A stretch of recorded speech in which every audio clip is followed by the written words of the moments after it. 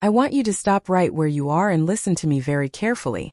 Because what I'm about to share with you has the power to completely transform your relationship with money, abundance, and prosperity forever.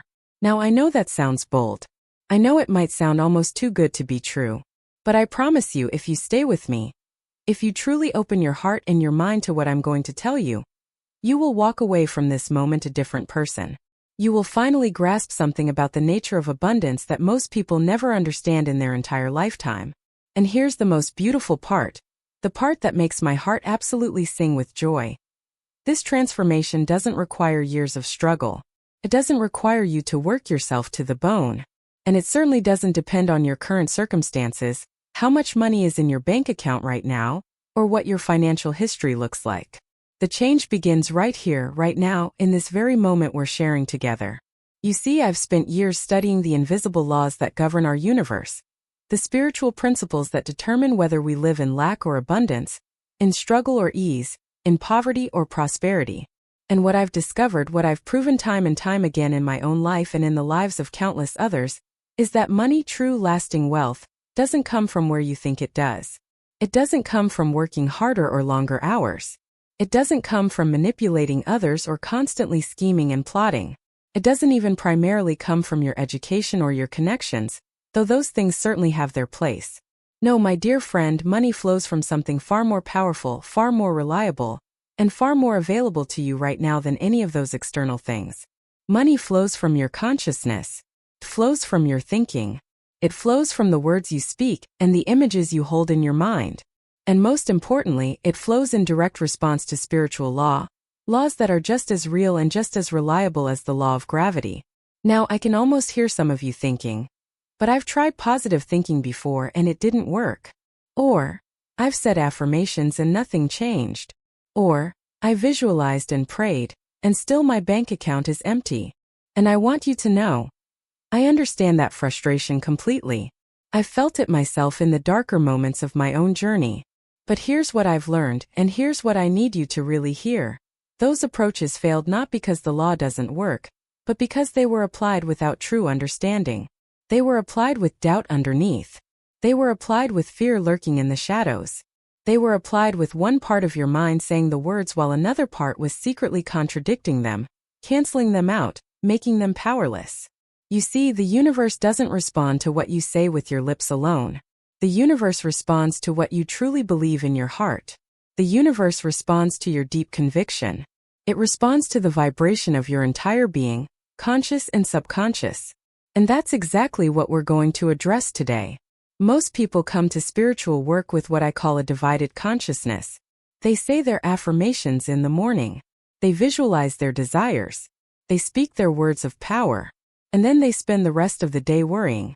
They build their house of faith with one hand while tearing it down with the other. I've watched this pattern unfold countless times. A woman comes to me and says, I've been affirming abundance for 6 months. I say my statements every day, but nothing's changing. And then in the very next breath, she tells me how worried she is about her bills. She tells me how she can't afford this or that. She tells me all the reasons why money is scarce and hard to come by. Do you see the contradiction? She's trying to plant roses while watering weeds. Your subconscious mind is always listening. Always. It doesn't take a vacation. It doesn't clock out at 5 o'clock. Every word you speak, every thought you entertain, every emotion you feel. Your subconscious is recording it all, accepting it all as instruction, as direction for what to create in your outer world. This is why I tell my students, you must become a guardian at the gateway of your thoughts. You must stand watch over your inner conversations, because these habitual thought patterns are writing the script of your life far more powerfully than any affirmation you speak for 5 minutes each morning. Let me share something that might surprise you. The subconscious mind doesn't understand negatives. When you say, I am not poor, your subconscious simply hears poor and goes to work creating more experiences of poverty. When you say, I will not be sick, it hears sick and manifests illness. This is why affirmations must always be stated in the positive. You must claim what you desire, not push against what you don't want. But here's where it gets deeper, and this is what most teaching on affirmations misses entirely. It's not just about the words being positive. It's about the feeling beneath the words. It's about the vibration that accompanies your statement. You can say, I am abundantly supplied, all day long. But if underneath those words there's a trembling fear, if there's a silent voice whispering, but what if it doesn't work? If there's a clenched desperation in your solar plexus, that's what your subconscious receives. That's what goes into the creative medium of mind. Your subconscious responds to conviction. It responds to the feeling of certainty. It responds to that quality of consciousness that already knows, that already possesses, that already has what it desires. This is what I mean when I speak of faith. Real faith isn't blind belief. Real faith is a quality of knowing. It's a settled assurance in your heart. It's the ability to see with your inner eye what hasn't yet appeared to your outer eye, and to feel it as absolutely real. Think about this for a moment. When you know you have money in the bank, there's a certain feeling that accompanies that knowing. There's ease. There's relaxation. There's confidence. You don't worry about the check you just wrote because you know it's covered. That's the feeling you must bring to your affirmations. That's the consciousness you must establish. Not the desperate hoping of someone who's broke and terrified, but the calm assurance of someone who knows their supply is certain. Every morning, you must mentally rehearse this truth.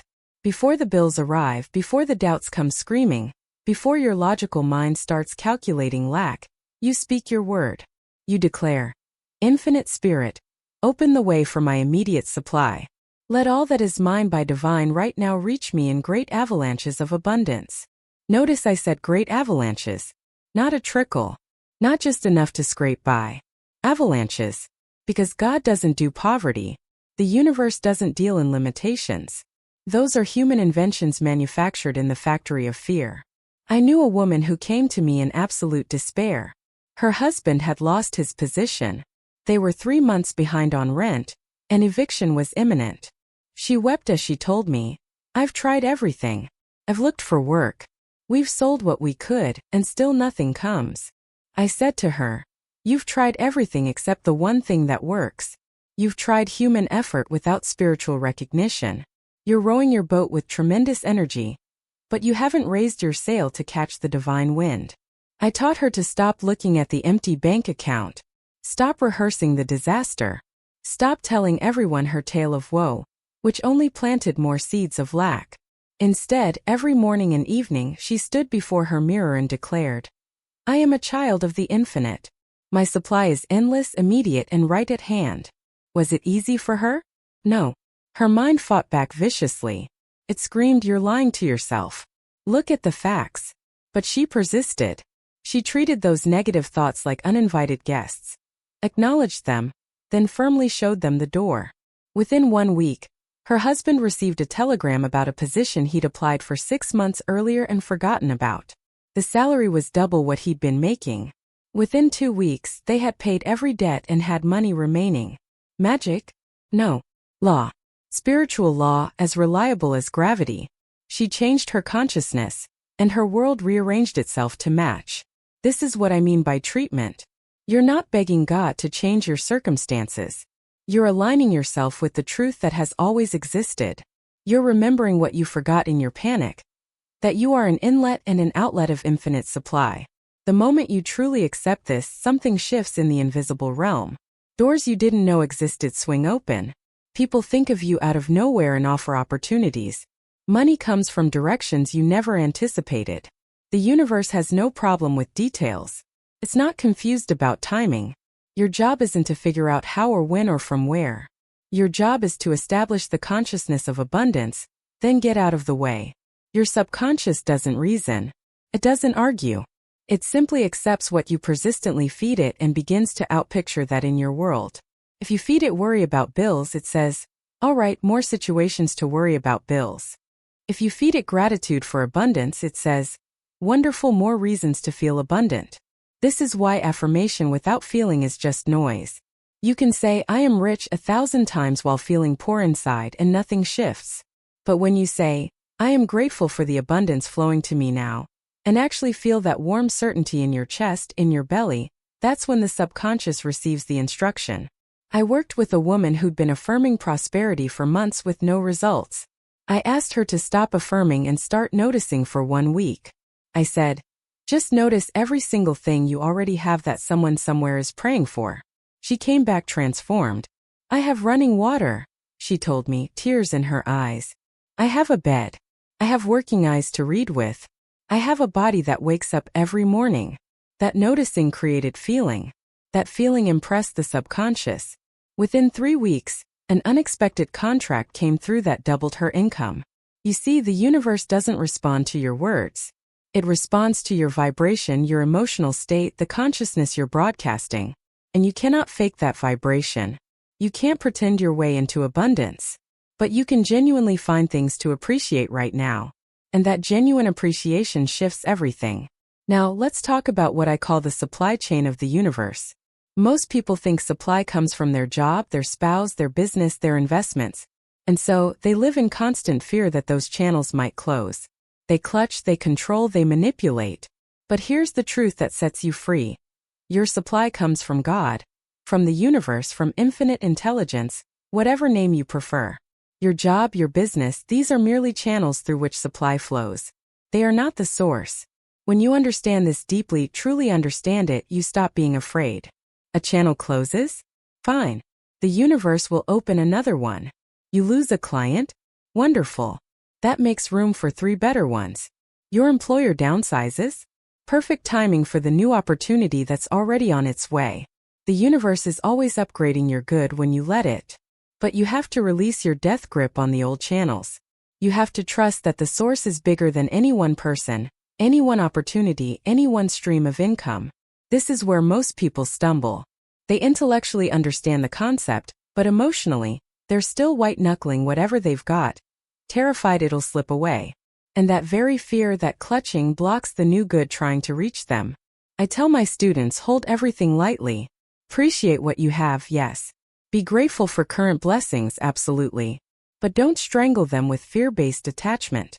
Don't make anything your God except the infinite intelligence that sources all things. When you truly grasp that your good comes through people and situations, but from the universe itself, you walk differently.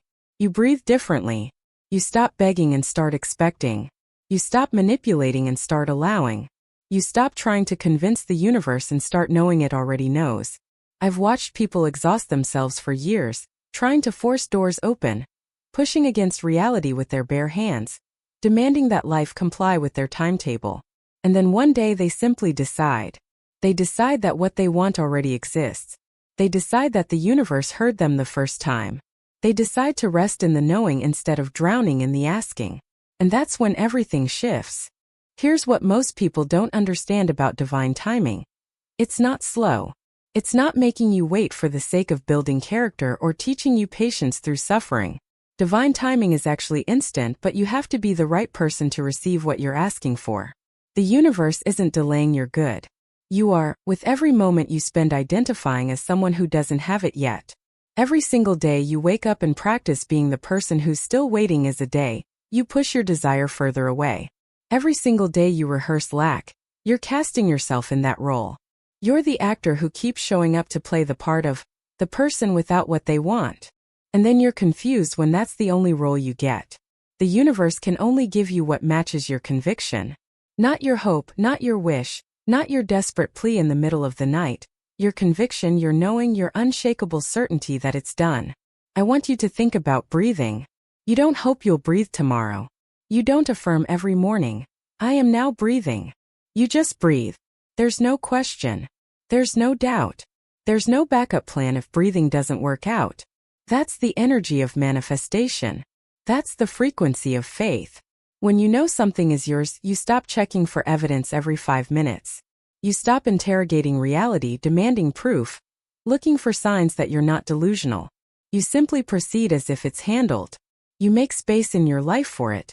You speak about it in present tense or past tense, never future tense. Because future tense means not now, and not now is a frequency that creates more not now. I had a student once who wanted to manifest a relationship. She'd been alone for years, and she was so hungry for love that her entire energy field was screaming desperation.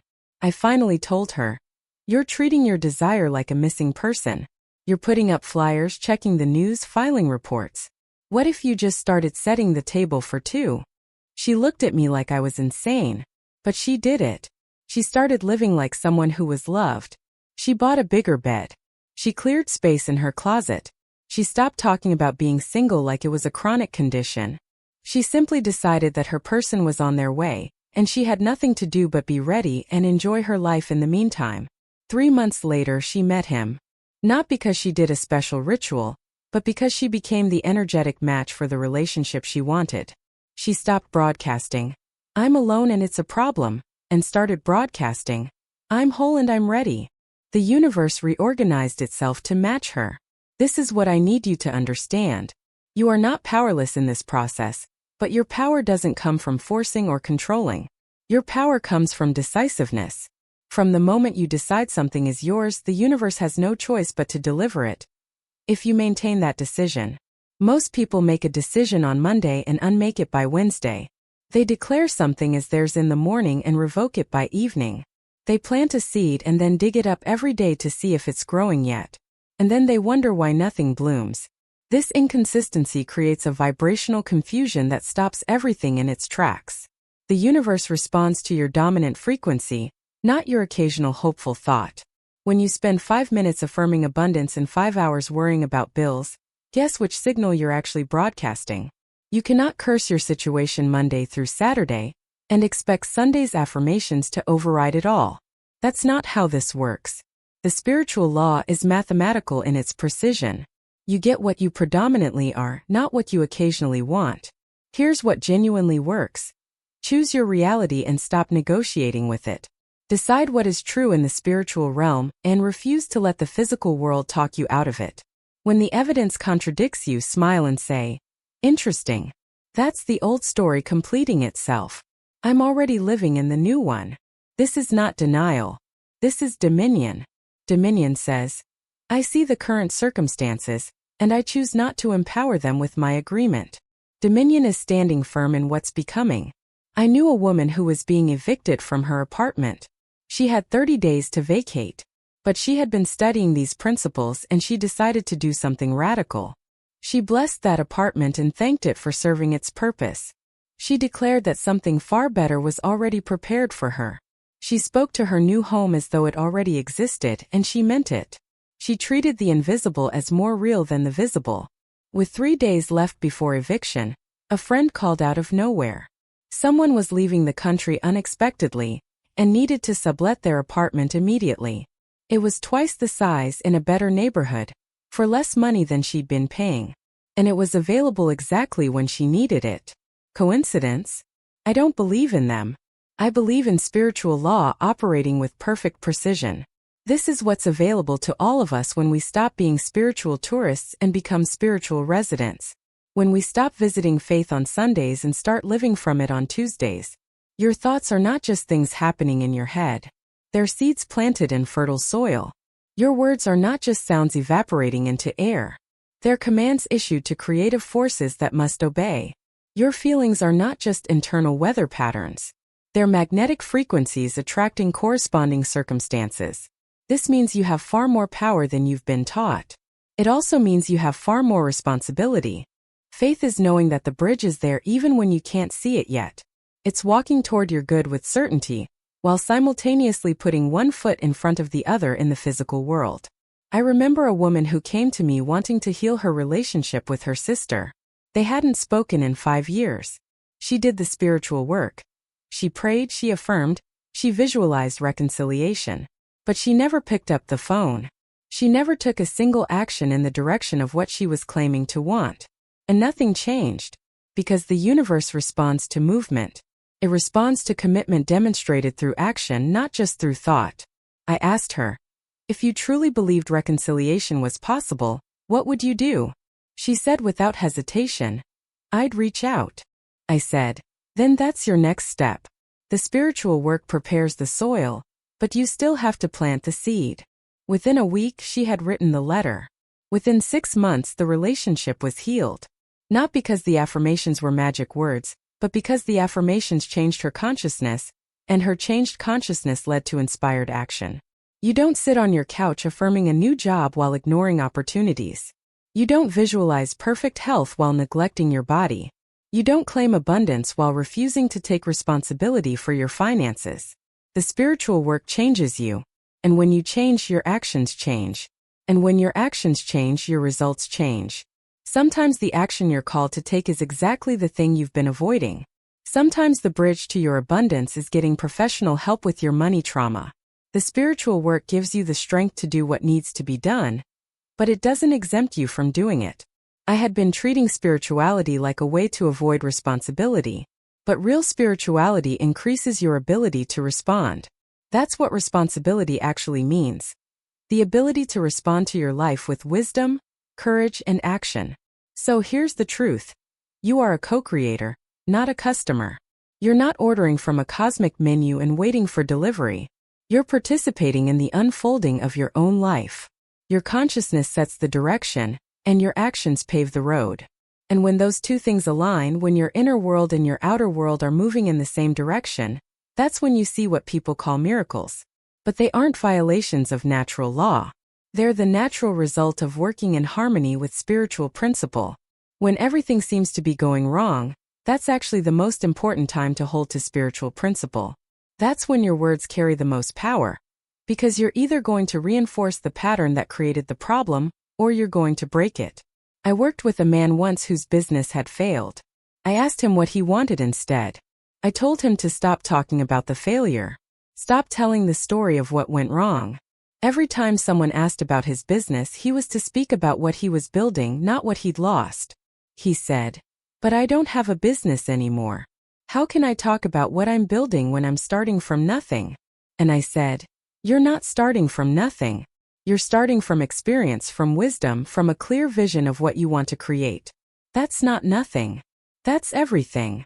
He started speaking differently. He talked about his plans as though they were already unfolding. Within a year, he had a new venture that was thriving. He'd learned that he wasn't at the mercy of circumstances. He was the creative center of his own experience. You don't deny the present facts. You just refuse to build your future out of them. Here's something that might surprise you. This work isn't about being perfect. It's about being persistent. When you catch yourself speaking fear or lack, you simply correct it. You don't make it mean you've failed. You just say, "No, that's not what I'm claiming. This is what I'm claiming." You treat it like correcting your aim. You're not throwing the whole game away because one shot went wide. You just adjust and take the next shot.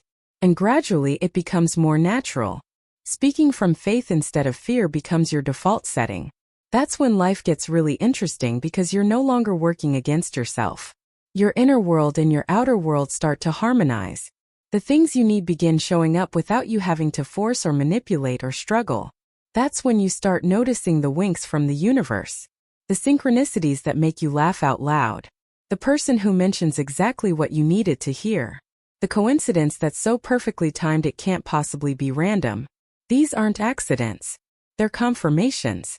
This level of consciousness doesn't mean everything becomes easy. It means everything becomes meaningful. You still face challenges, but now you see them as redirections rather than rejections. You still encounter delays, but you trust they're protecting you from something you couldn't see. The person who didn't hire you, they just saved you from a toxic workplace. The door that closed? It was hiding a wall, and the universe just guided you to an open field.